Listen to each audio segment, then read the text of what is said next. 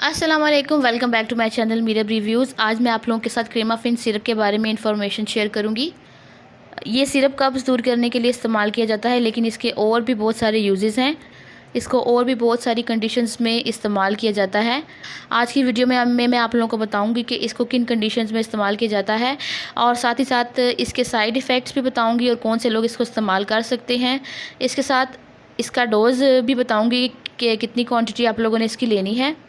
तो ये सब कुछ जानने के लिए आप लोग मेरी वीडियो को एंड तक लाजमी देखिएगा, और जिन्होंने मेरे चैनल को सब्सक्राइब नहीं किया वो मीरब रिव्यूज़ को जल्दी से सब्सक्राइब कर दें।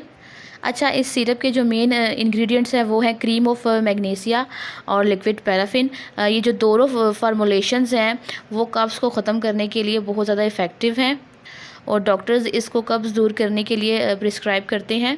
इसके अलावा और भी बहुत सारी बीमारियों में इसको यूज़ किया जाता है, लेकिन जो सर फहरिस्त है कंडीशन है वो कॉन्स्टिपेशन है, क्योंकि कब्ज़ एक ऐसी कंडीशन है जिसकी वजह से और बहुत सारी बीमारियां जो है वो लाहक हो जाती हैं, जैसा कि पाइल्स यानी कि बवासीर, और इसके साथ साथ वज़न का बढ़ना। इसके अलावा ये स्टमक की में जो एसिडिटी होती है यानी मैदे की जलन, उसके रिलीफ के लिए भी इसको इस्तेमाल किया जाता है। यानी जब मैदे के अंदर तेज़ाबियत हो जाए तो आपके मैदे में बहुत ज़्यादा जलन रहती है, और इसके लिए बहुत ज़्यादा मुफीद है। इसके अलावा वो पेशेंट भी इसको यूज़ कर सकते हैं जिनकी क्लोनोस्कोपी होने वाली है। क्लोनोस्कोपी एक सर्जरी होती है जिसमें पहले आपने अपने आंतों को खाली करना होता है, और बदहज़मी वाले मरीज़ भी इसको इस्तेमाल कर सकते हैं।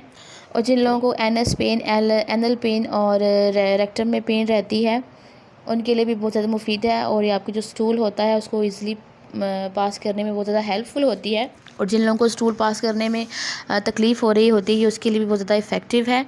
ये आपके स्टूल को सॉफ्ट करती है और इसको इजीली पास करती है। इस तरह से एनएस एरिया में भी पेन जो है वो आपका ख़त्म हो जाता है। और एक इम्पॉर्टेंट बात, आपने इसको खाने के बाद इस्तेमाल करना है, खाली पेट आपने इसको यूज़ नहीं करना। अगर आप ऐसा करेंगे तो आपको डायरिया हो सकता है, यानी कि आपको दस्त लग सकते हैं। अब मैं आप लोगों को इसका डोज़ बता देती हूँ।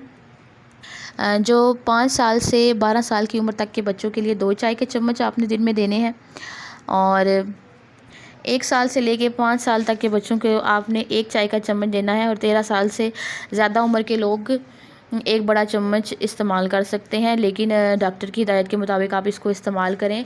अब मैं आप लोगों को इसके साइड इफ़ेक्ट्स बताऊंगी।